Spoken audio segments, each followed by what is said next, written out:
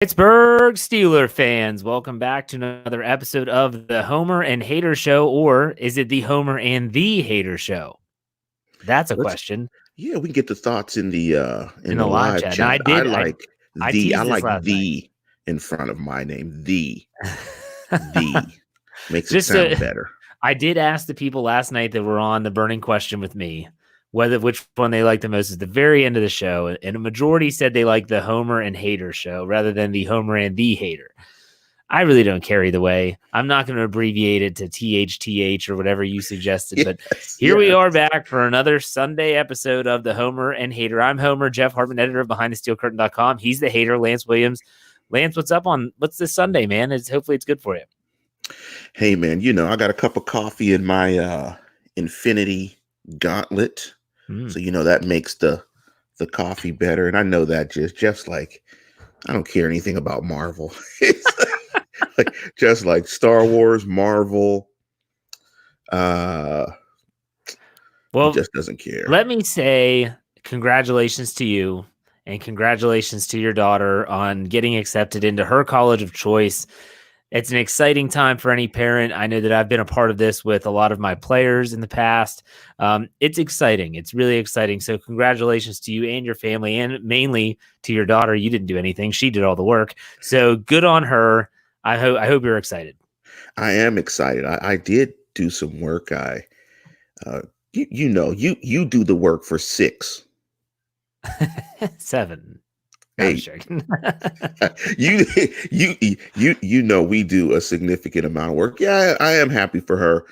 She has absolutely put in a ton of work, and she's doing some things that I wouldn't have been able to do at that same age, because I don't know if people know, she goes to a boarding school as well. So she manages her time every day like an adult. And so that wouldn't have been something I would have been able to do at that same age. So kudos to her. And we're waiting to hear from more schools this month. So hopefully it'll be more good news. So she hasn't made her decision yet. She's just waiting to hear on a couple others. Yeah, she's like a highly touted college athlete. We're just waiting for the envelopes. Is she gonna have a selection Sunday where she's gonna have all the hats on a table? She's put herself in a position where it's like that. She's 3 for 3 right now. So, she's got multiple hats, man. It's the one we pick up. Not there. You go. You know how it works. It's the one that the parents pick up. There you go. Well, nonetheless, it's still pretty cool. So congratulations there. Let's get things started off with the NFL Combine is actually on in 30 minutes here on the East Coast. 2 p.m. is when it starts. The last day 4. I think defensive backs are the primary focus today. Honestly, I haven't watched a second of it live, but you can't.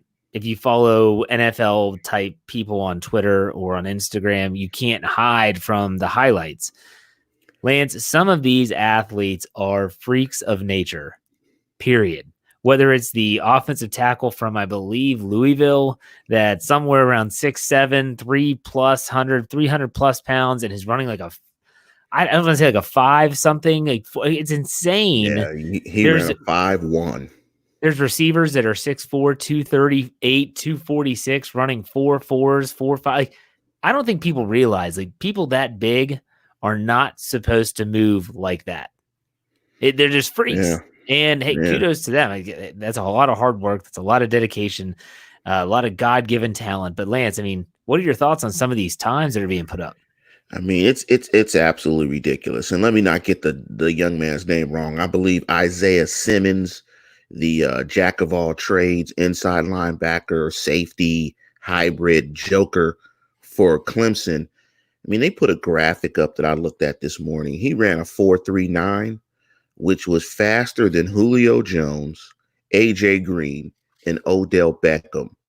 And he's 6'4", 235, 239, almost 240.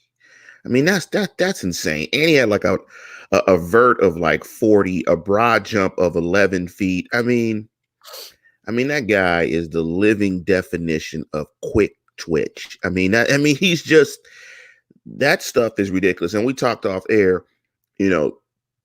I know some guys from Cal from back in the day that played. And so I don't know if people are probably familiar with Tariq Glenn, played left tackle for the Indianapolis Colts when Peyton Manning won a world championship. He was starting left tackle for them, first round draft pick. We call him Big T. Big T was about 6'5", 6'6", maybe about 310, 320. Big T could dribble behind his legs, dribble between his legs, behind his back, do spin moves, and he could dunk from the dotted one hand and two hand. I mean, it was the most ridiculous thing I've ever seen. Being that big with that much dexterity and that much physical ability. I was like, there's no wonder this guy is getting millions of dollars in the National Football League because most guys aren't built like that. It's impressive to see, and we talked about it last week when we were previewing, I guess, the combine. And what's the most important? I mean, some of these guys might be nothing but workout warriors, and some of them, if you look at their tape, the combine might just maybe put them higher on your overall board. It might be one of those situations where you have a guy who's maybe like, yeah, I'm not sure if he's a first round pick or a second round pick. He's kind of a tweener in that regard, and then he lights up the combine, and then it moves him up. So you never know. The live chat is the live chat is great. I have to post this, and I think he's a new listener from Stuart Luther. Hey man, excellent. You guys need to invest in 100-watt light bulbs. Funny, Luther, I actually don't have my lights on, so you are absolutely right. I'm using natural light. That's why it looks like I need to turn on 100-watt light bulbs. I actually do have a light on. I guess I need to invest in 100-watt light bulbs. Yes. Yes. So, all right. But, looking at the grand scope of what's coming up for the Steelers, because obviously on March 18th starts the new league year, and there's a lot of details and CBA stuff that can throw a wrench into things. But March 18th is the new league year. And I think ultimately everyone's kind of looking forward to the draft. Steeler fans, that is. They know they don't have a lot of money in free agency, so free agency periods is going to it's going to come and go, and the Steelers are just going to kind of sit there and watch everyone else, But at the same time, everyone's looking about the draft, and I think it was someone in the live chat last night.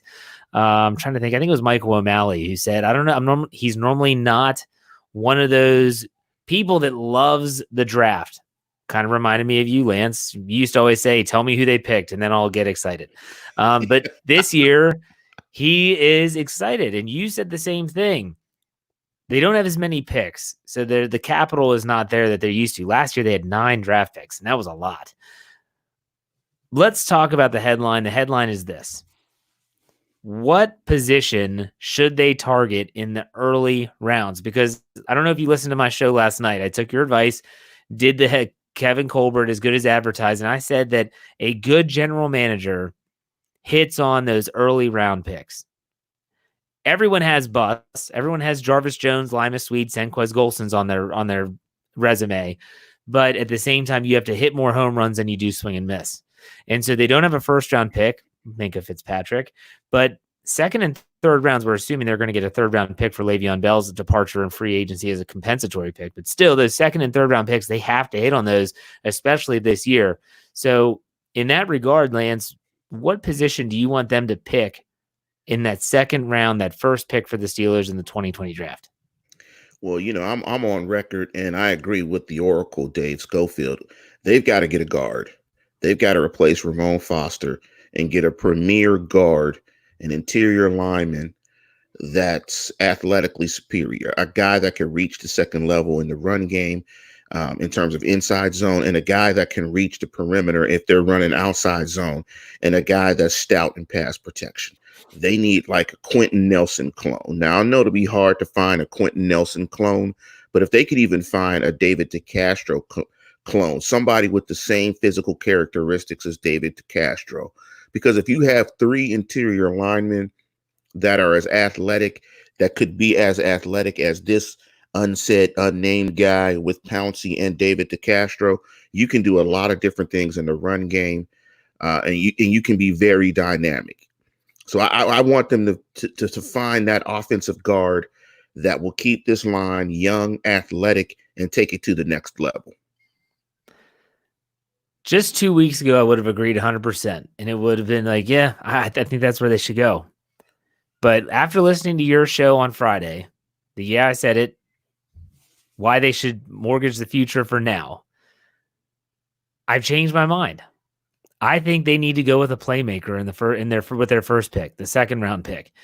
And it's because I think that right now, if we're looking at the Steelers as you have 2 to 3 year window, guaranteed 2 because Roethlisberger has 2 years left on his current deal. But let's say the window's at 3. I would look at it and say the Steelers can manage, I think, their offensive line in-house almost at least for 2 seasons. Okay, so it depends on if they move Matt Filer from right tackle to guard, or if you retain BJ Finney maybe, or if you are looking at Chuks Okorafor or Zach Banner as someone that could play right tackle if you do move Filer in. I think that they can package that group together and be okay. And so while the future, it would be great to get a guard, if I'm listening to what you said on Friday, screw that. Because let's be honest, a second round guard, there's no guarantee that they're going to be ready on day one. David DeCastros don't grow on trees. He was a first round pick, So I'm not sure if they're going to be able to get a guard that's going to be able to walk in on day one and say, I'm ready to go. And it's going to be everything that you just mentioned, athletic, a very intelligent player, and is going to be able to just kind of gel and be cohesive with that group. They need to go playmaker. And it's one of 2 positions, in my opinion. It's either tight end or it's a wide receiver. We've talked about how deep this current draft class is at wide receiver. It's probably one of the deepest that I can remember in terms of talent. And just, man, second round, there's still going to be a huge value there at the wide receiver position. But let me say this. If they go tight end, and I said it last night, I'll say it again. If they go tight end, they better freaking take an athletic tight end. I don't want a blocker. I don't even care if this guy can block. Give me a guy that can flex out and stretch this, go down the seam, abuse that matchup, whether it's against a slot cornerback or a linebacker or a safety. It's going to open up the offense. I couldn't think, and I'll ask you this, who's the last tight end the Steelers have had that you would describe as athletic? I'm forgetting the guy's name. He's the guy that I think they went out and got in free agency, but had the issues with the concussions. The big kid. Ladarius Green. Yes, Ladarius Green is probably the last. But I would say that the current guy is athletic, but Ladarius Green comes to mind. He's not. You think Vance McDonald is athletic? Yeah, I do. No. Not in my opinion. In my opinion, when I think of athletic, I think of like a Tony Gonzalez. I think of an Antonio Gates before he became kind of hobbled. I think of even like a Rob Gronkowski when he was younger. That's what I think of when I think of athletic. I don't think of Vance McDonald and think, oh, this guy's an athlete. I think he's just a big tight end. And I went all the way back to Eric Green as the last time the Steelers had an athletic tight end. That's the last player I could think of. Eric Green. So you're not putting the beloved Steeler tight end in that group of Heath Miller tight ends? Yes. Hell no, I'm not putting it. So when you're saying he was great, he was one of the greatest Steelers of all time, at least in my estimation. I think that Heath is awesome. I'm not bashing Heath Miller, but when you see him catch a pass, it was like, oh my gosh, when's he going to get caught from behind? Like, so is it straight line? So let me try to narrow it down. Are you saying lateral quickness in addition to straight line speed? Yeah, because think about what you used to say about Jesse James. Yeah. He catches the ball and he gets hit and tackled. Like, I want a guy that's going to be able to catch the ball on the seam and actually maybe outrun someone for yards after catch. Yes. That's what I'm looking for. The Steelers, they could sign Nick Vannett, maybe get him on the cheap. He's not a number 1 tight end. He's a number 2 tight end, in my opinion. They need someone that can go out. I don't care if he blocks, because if they're going to run the ball, throw Zach Banner out there, whoever the swing tackle is, as an eligible receiver like they did this past year, and run the ball with a heavy set. I want a tight end that can run the seam. That's what they haven't had, in my opinion, in the entire Ben Roethlisberger era. They haven't had it. Now, don't laugh at us, listeners, because we're not draft nicks. We don't advertise ourselves to be draft nicks. So when I mention these players, I'm going to describe them not knowing their names. Okay. So, and I know most of you guys will probably know the names in the live chat, and that's why I'm glad you guys are in the live chat. So, speaking of that player, how about Randy Moss's kid, or the tight end from Penn State? Randy Moss's kid had tons of yak. Very athletic kid. He looked like a guy, Thaddeus Moss, that I could envision being a playmaker at the next level. But I don't disagree with their need for playmakers. My question is, give me your starting. Let's say they don't go with the dynamic guard in the second round, looking to plug Ramon Foster. Give me your starting O-line for 2020. I have to ask, are they keeping Dupree or not? Let's say they keep Dupree. Okay, then I think they have to move Filer to guard. And then I think that Chukes Okorafor or Zach Banner will battle for the right tackle spot. The rest of the line stays the same. Wow. I don't feel like, how you say you get the warm and fuzzies? Yep. What would be the opposite of the warm and fuzzies? The cold and chillies? Or I don't know what the opposite would be, but when you said Chukes Okorafor as a tackle, I felt I'm not the biggest Ben guy, but I did feel for Ben as soon as you said Chukes Okorafor or Zach Banner as the right tackle. Chukes Okorafor has only started like 2 games in his career, and for some reason he has a negative. People have a negative image of him. Like there's a negative connotation that goes with his name. I don't understand why. I mean, he hasn't really had a chance to prove himself. There's a reason for that, Jeff. And something like Flip, who's in our live chat, contributor to the website. Glad you're joining us, Flip. He says, why move Filer? He was the best offensive lineman last year. Why make a hole at right tackle? And you're right. Filer was the best graded lineman. So maybe you keep him at right tackle, and maybe Okorafor could slide to guard, or maybe they pick up a cheap veteran free agent at guard. Think of a guy like maybe not, it's a different position, but Jeff Hardings, the free agent pickup that played center for the Steelers in the Super Bowl 40 run, a guy that's kind of in his end of his career, but at the same time is not going to cost a ton, has the experience, and can still go out and make the play. So you have options. I just don't. For me, the more I think about it and the more I envision what this offense is going to look, because we're all agreeing it's going to be should be an offensive. It should be an offensive pick early in the draft. I just think they need, if we're going for now, like you said on your show on Friday, if we're going for now, they need a playmaker. Now, here's my question for you, because for me, it's between wide receiver and tight end. I'm not even entertaining running back in round 2. I'm not. So in round 2, I'm looking at wide receiver, tight end. I just mentioned all the tight end characteristics that I would look for in that particular position. But if they go with the receiver, it comes down to a numbers game in terms of what are you looking for from this receiver.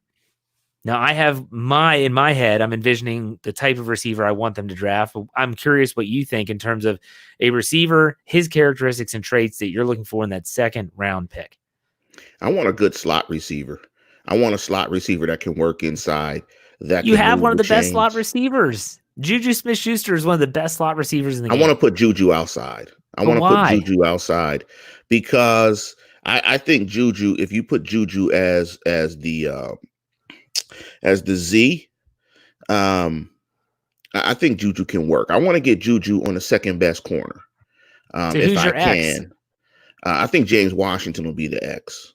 Where's Deontay Johnson going? I think they'll put Deontay in the slot right now. But I don't think Deontay is ideally suited to be the slot wide receiver. I really kind of need a hybrid. I kind of need a hybrid guy, but I really want a big. Ideally, I want a physical freak. Like I want a physical guy. Let me scratch that. I won't take the slot guy. I want a physical X. I want a prototypical X, big Martavis Bryant type that you have to you have to allocate to. You have to allocate a deep safety to. Yes. I want that big physical guy that dictates coverage. Yeah. To let everybody else work and eat. I agree 100%. They haven't had that, in my opinion, since Martavis Bryant left. Yeah, I mean, Martavis, when you watched Martavis on film, I think what people didn't recognize was he altered coverage. As good as AB was, and AB did it as well, Mr. Gummy Richards, Mr. Third and Fifth, Martavis altered coverage. I mean, you had to play essentially cover 4, cover 2 when Martavis and AB were on the field. You got predictable coverage looks every single snap.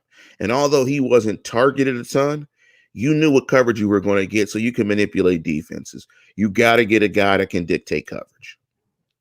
Yeah, and we talked about this on Thursday on our Steelers preview podcast where we talked about receivers, and we were trying to nail down, okay, who are the 6 receivers that would make the team, and we'll go through this when we go through the weekend review that we always do on this show, which we'll do next. But when we were looking at the 6 receivers, there's going to be some competition, and it's going to come down to special teams. But I agree with you, Lance. I think that they need to target a big, fast. You talked about some of the guys that are 6'4", 238, running 4.5, 4.4 40s at the combine.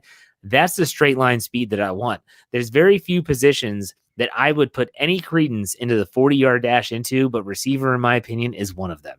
Because If you can get a receiver that can get straight line speed quickly, get up the field, think about what Mike Wallace did when he was with the Steelers, just to a defense. You knew that every single play that he was on the field, you better protect deep, because if you didn't, he was going to get you, and he was going to get you for a big play. And so the thing about that is that they haven't had that since Martavis Bryant. And you look at last year, they really didn't have it. Even when Juju Smith-Schuster was healthy, everyone was crowding the box. No one was afraid of the deep threat. I think we're on the same page in regards to the type of receiver they should target. Now, if you're asking for specific names, well, you're on the wrong show, because we don't. No, you're not gonna get names from me. Yeah, no, it's no. I said it last night. There's a process for me. It starts at the combine and the players that they meet with, they become public. Then pro days. Who do they have dinners with at the pro day? Then it goes to the pre-draft visits. Now I'm starting to narrow my focus as to who I can look at in terms of who do they like, what positions are they targeting. That's my process. I just don't know. Let me ask you something, because you said the dinners.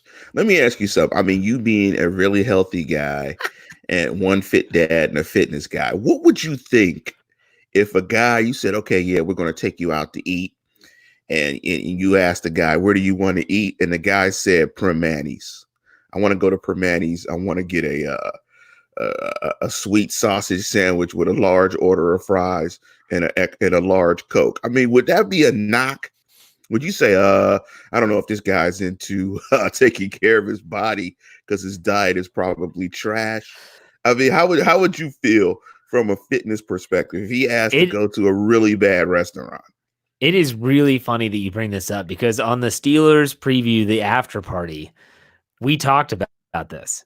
And I told them it wasn't more lines on if you were the GM. It was if you were the player and you get taken out to a nice restaurant, what are you ordering? Are you playing it safe? And are you ordering a salad? Or are you like, you know what? The Steelers are paying. I'm getting the surf and turf. Give me the steak, give me the lobster, or give me the crab cakes, depending on where you are. I think that personally, if I'm a coach or a GM, number one, I'm not giving them an option where we're going. We're like, hey, we're going to be going here. We'll meet you there. And because they always go on these dinners at pro days, so they're in that college town, wherever that is. Right. And so they'll probably say, hey, we're going to go here. Or maybe they'll say, pick your favorite restaurant and we're going to go. But let me ask you the question. Let me ask you, Sonic. Let me ask you the question I asked the co-host, Dave Schofield and Brian Anthony Davis. How are you handling that deal?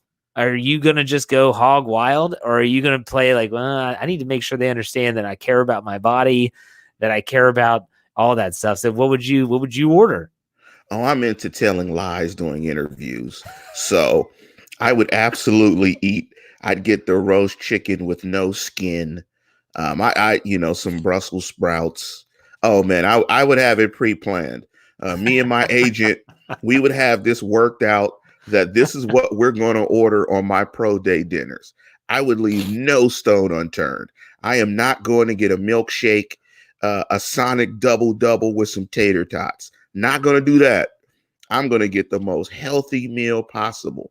No alcohol. I'm just going to drink water, no soda, water or tea. I'm going to start out with oil and vinegar, no blue cheese, no ranch, no bunch of cheese on my salad. Now I'm going to go healthy. We're going to have it broken down. And I would probably say I'm plant-based. I'd probably say something as well. I'd probably super lie and be hungry as can be. And as soon as I got home, I'd tear up 3 cheeseburgers. But on the interview, I would absolutely lie and eat as healthy as possible. Shoot, I said that I would probably look, if you're a football guy, like a coach, general manager, owner, you know that these guys need to consume a massive amount of calories. And so I would say I'm going to order the caloric intake that I normally. I would maybe explain why I'm ordering it. Hey, I'm going to get the surf and turf. A, you're paying. B, because I need to consume X amount of calories post-workout, blah, blah, blah. Then they're going to look at me and say, well, he's eating a lot. But at the same time, he's also really smart about what he's doing. Like it's an educated thing. It's not just like I'm going to gorge myself because you're paying. So there you have that. Lance is playing. The Jerry Vance is Lance's plant-based. I know for a fact that is not a fact. That Lance is not plant-based. I used to be, but the funny thing is, I used to be plant-based. I mean, the weirdest thing is, I'm a black guy growing up in Pittsburgh in the 70s that grew up as a vegetarian. That doesn't make any sense. First of all, regardless of my ethnicity, being a vegetarian in Pittsburgh in the 70s is like, huh? I'm going to guarantee you, no one in Pittsburgh in the 70s knew what tofu was, let alone eggplant or some other vegetables. Nobody knew what that was in Pittsburgh. What what? I remember going to Coons Market on the north side and asking for tofu, and the guy said, "To what?" And this was in the 90s. So imagine trying to eat plant-based in the 70s. But I did. I was plant-based. Now I'm not. You are absolutely 100% Jeff, because after this show, I'm going to have some strips of bacon. Yeah, there you go. All right. So good discussion so far. But yeah, that was a good discussion. So is there any way, let me ask you this before we kind of abandon the headline. What's the earliest that you would be okay with him taking a defensive player? The 9th round. Undrafted. There you go. Yes. Now, undrafted. There is one player I want to ask you about. He played on the team last year as a rookie, made the team at the end of the season, started to see more snaps. What are your thoughts on Isaiah Buggs in terms of the assumption that we're going to lose, we being the Steelers, they're going to lose Javon Hargrave via free agency? You think Buggs might be able to take some of those snaps, or do you think he's just another guy? He's a rotation guy. I think Tuitt is going to be the guy, if he can stay healthy, that will take some of those snaps in sub packages, or they'll just go to some packages where they wouldn't bring Hargrave in. So they might play more linebackers. They might play 5 linebackers like they did last year when they played the 1-5-4. They may do some different things, but I don't think Buggs is the guy that's going to take up Hargrave snaps. I think it'll be Tuitt, or a combination of Tuitt and Alualu will take his snaps. Hopefully Buggs, and I always say the young guys have to become the guys. Hopefully Buggs, with his pedigree coming out of Alabama, can be that guy.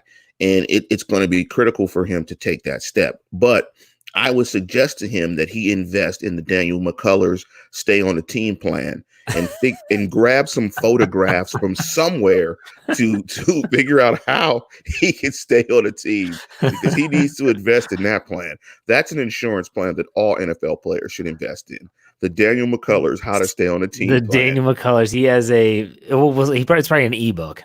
Hey, you want to buy my ebook, How to Stay on the Team? Yes. Audio book, $9.99, How to Stay on an NFL Roster with No Production, starring Daniel McCullers. $9.99. Make yourself millions. Yes. First, you have to be 6'8", 370. If you're not, do not buy the book. Oh, okay. Good talk. So let's get into the week in review, which is something we always do on this Sunday show. We go back and we look at all the podcasts that we had this past week. Maybe you missed one. Maybe the topic that we're discussing will cause you to go back and check it out. We always encourage all of our listeners or viewers to check out all of our podcasts because they're all awesome in their own way and they're all different. That's what I really like about it. And I'm not saying that because I'm like the head of the platform or anything like that. Every single time we have a show, it's something different. From Brian Anthony Davis and Tony DeFeo on Monday night, the Steelers Q&A or the Steelers Hangover, to our show on Wednesday, the Standard is the Standard, or the Scobros on the Stat Geek, you literally get something different every night. So it's awesome. I like our platform. I think we're in a good spot right now. So let's start with that Steelers Q&A. They talked about Bud Dupree, but more along the lines of, if they don't keep Bud Dupree, what's the plan at outside linebacker? And that's a good question. So Bud Dupree, let's say he's gone. They decide they're not going to put the $16+ million towards him for the franchise tag. What are they going to do at outside linebacker? Ola Adenye, Tuzar Skipper, Anthony Chickalo, a rookie? What are your thoughts? Well, all those options are bad. So their plan is going to be pray that a CBA gets signed and the salary cap goes to 233, the estimated $230 million. That's what they're going to do. Or they're going to cut a bunch of guys to get the space to retain him. I think the plan is to retain Bud Dupree because they don't have any good options outside of Bud Dupree. Because you think Bud got 11 and a half sacks last year, but was probably even better in the run game.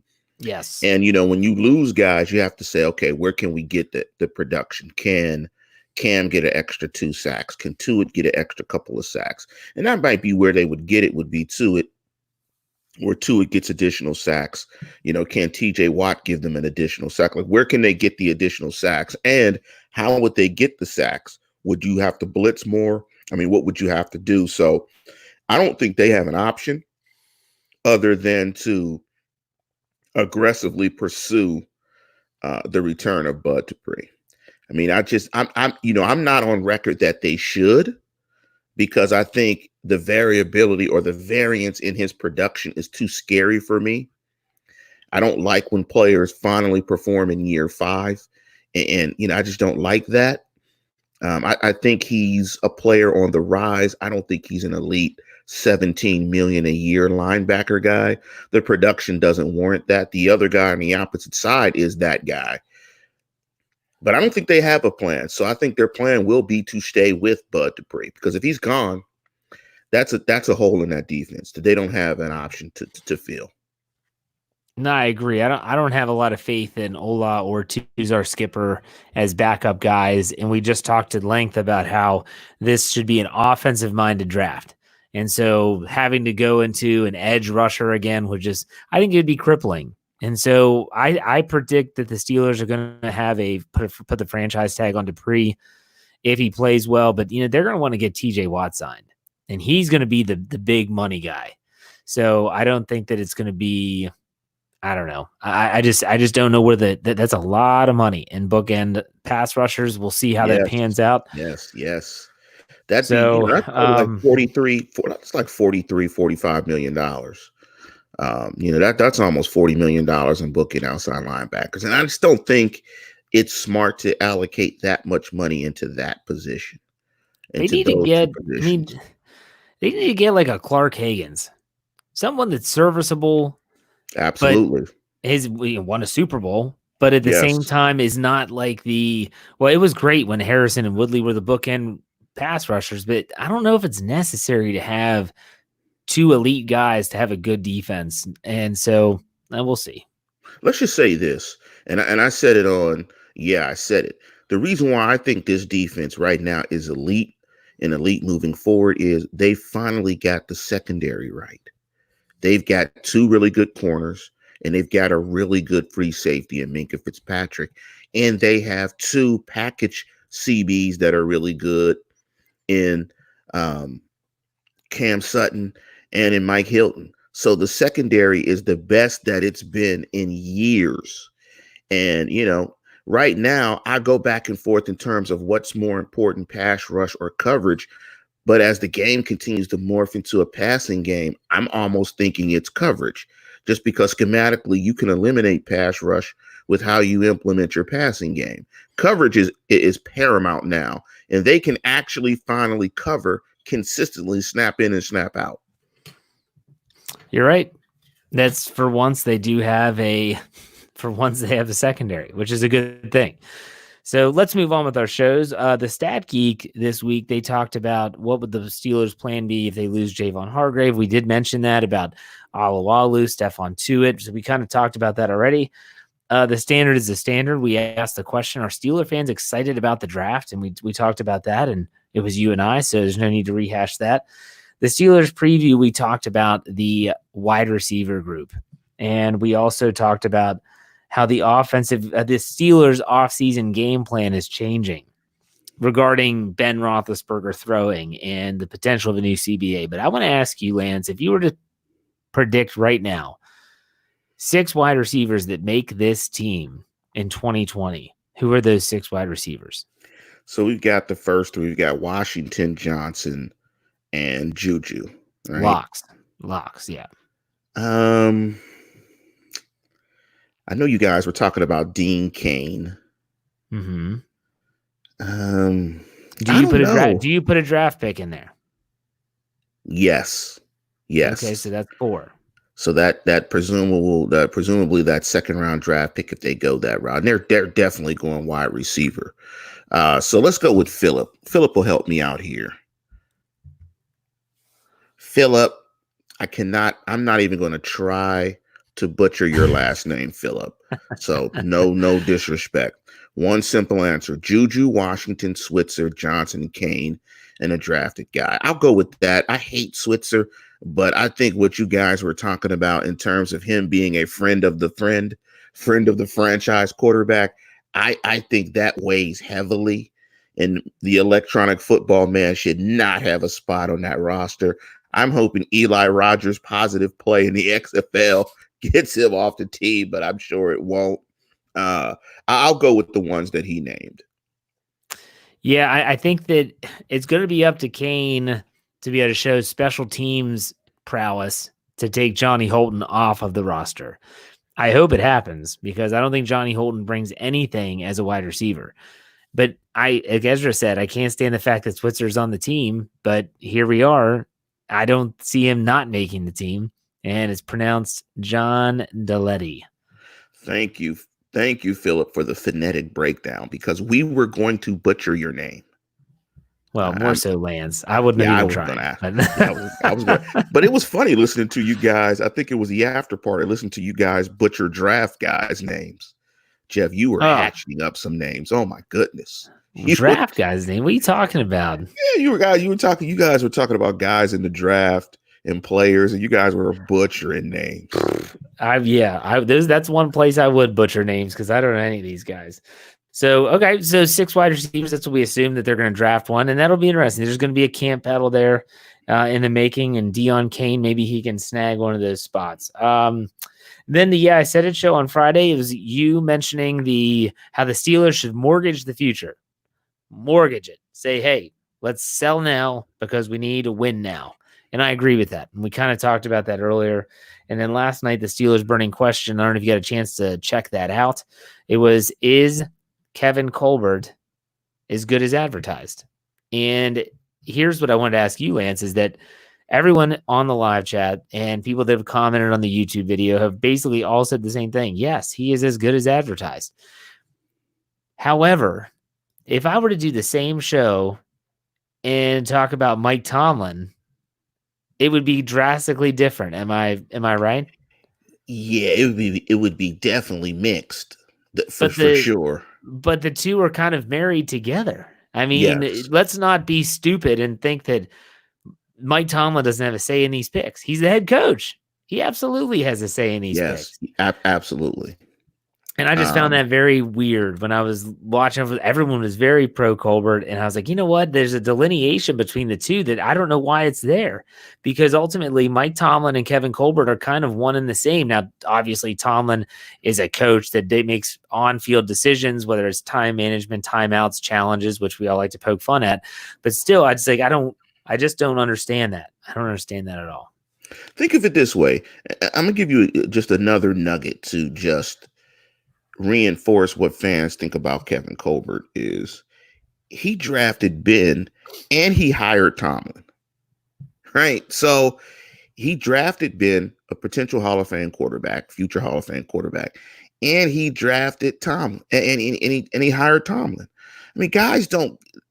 I don't know if fans realize just how difficult that is. Draft a future franchise Hall of Fame quarterback and get a coach that has a winning percentage that ranks with the best of all time. And both are absolutely necessary. You need the coach, you need the QB. And that's why I was saying you got to be all in right now.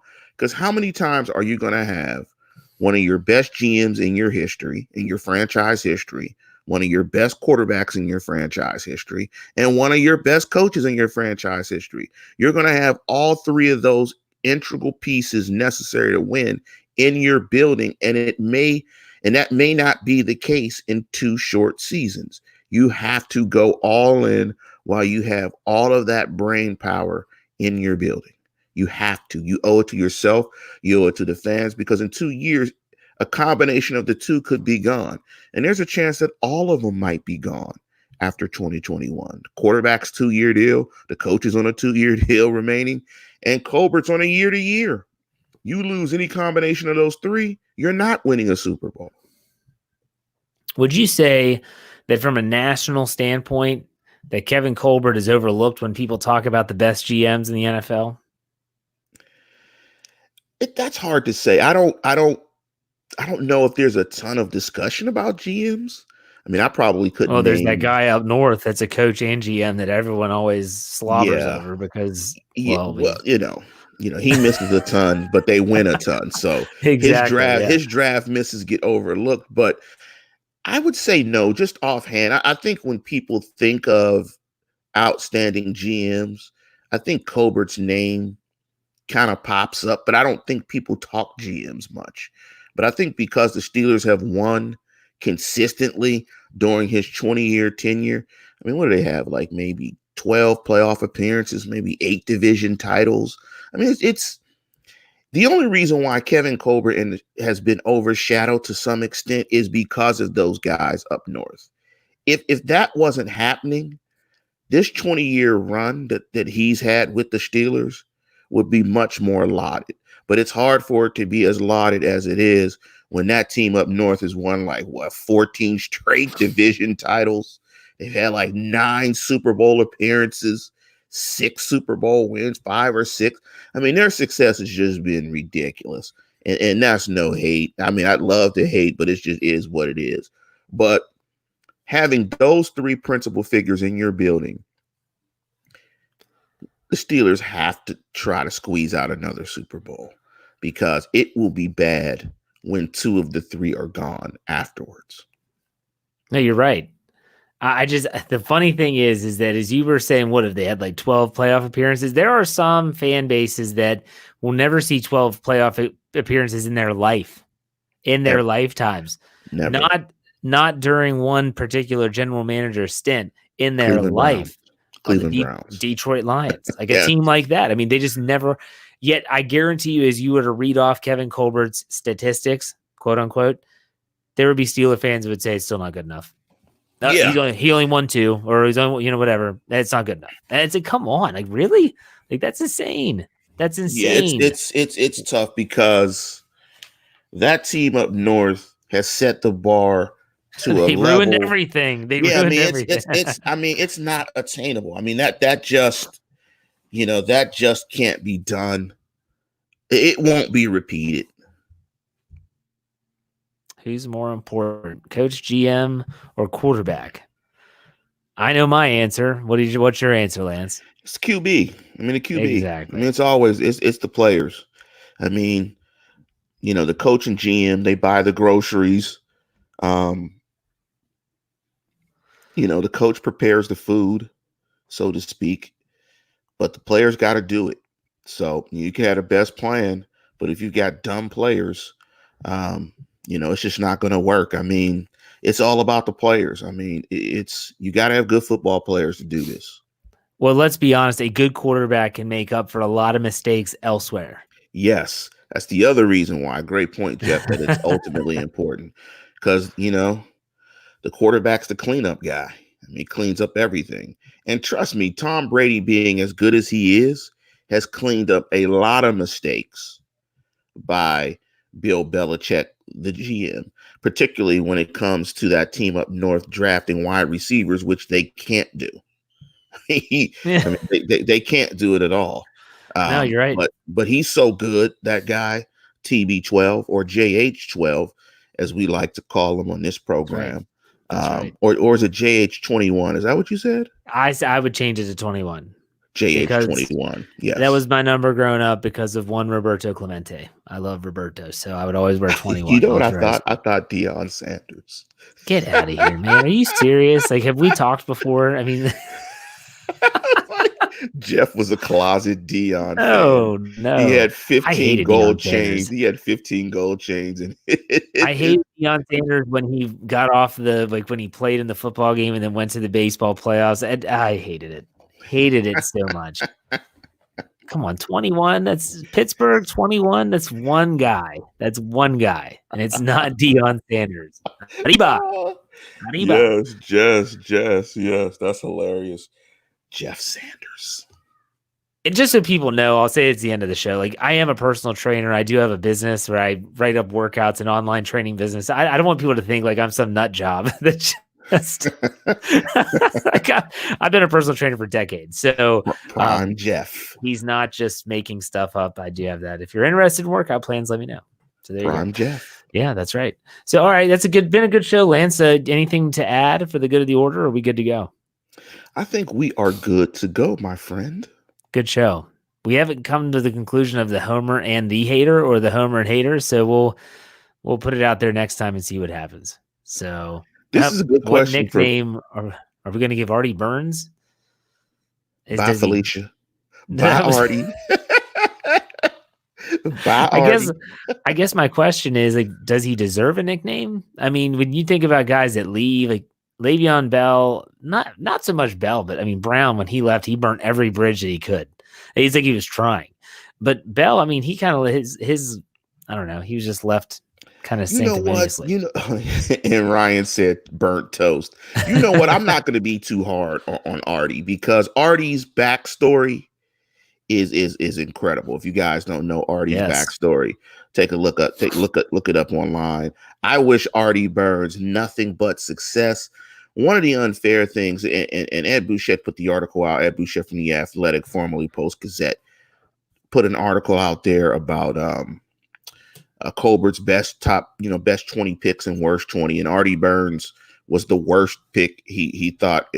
And I disagreed with that. What did you think? Who was the worst on the show last pick? night because I said that Jarvis Jones because Artie Burns. There was a time where we actually talked about. We talked about Artie Burns. We were looking forward to seeing him going into year 3. Yeah. He was going up against Antonio Brown every day in camp and was holding his own on occasion. And everyone's like, man, this kid could be like the next Ike Taylor. That was what people were talking about. And then in year 3, it's just something between the ears went off. I mean, he couldn't do anything. He had no confidence. But because he was at one time a promising prospect, in my opinion, I wouldn't put him as the worst pick. Jarvis Jones, that's the worst pick, in my opinion. Or you could put Ricardo. He was 2.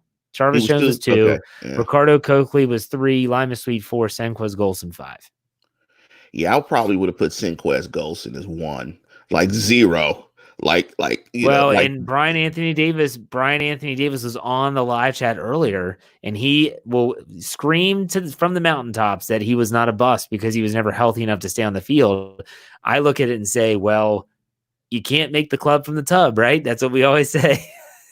Hey man, that's the living definition of a bust. You draft a guy that can't play. I mean, come on, man. Like that's terrible. That's like saying Yeah, Ladarius Green's not a bust of a free agent pickup because he couldn't stay healthy.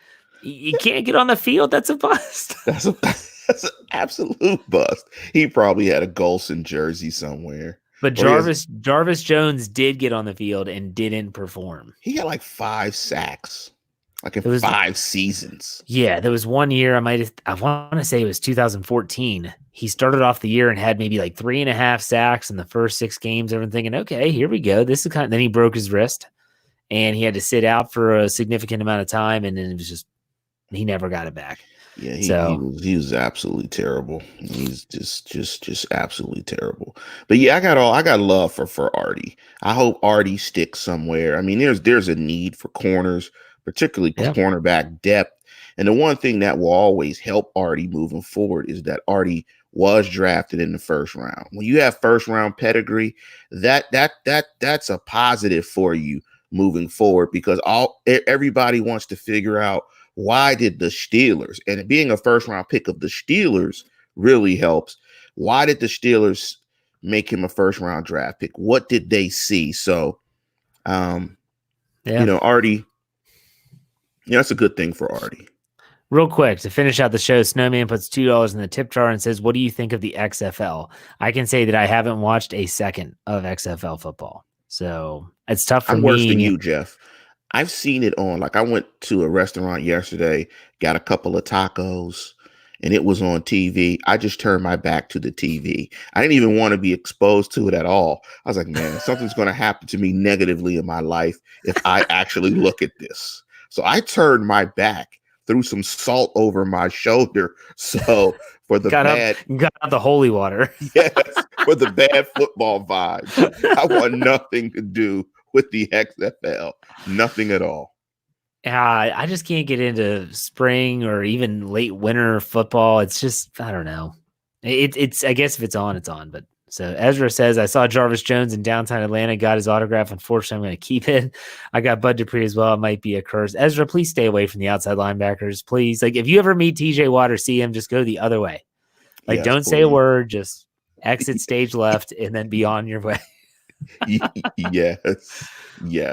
All right, Lance, good show. And why don't you go ahead and send us off? And as always, listeners, tune in, tell a friend, and subscribe. Amen. We will see you next week for another episode of the Homer and Hater, or the Homer and the Hater show. I don't know yet. We'll figure it out. We'll see you next week. Take it easy.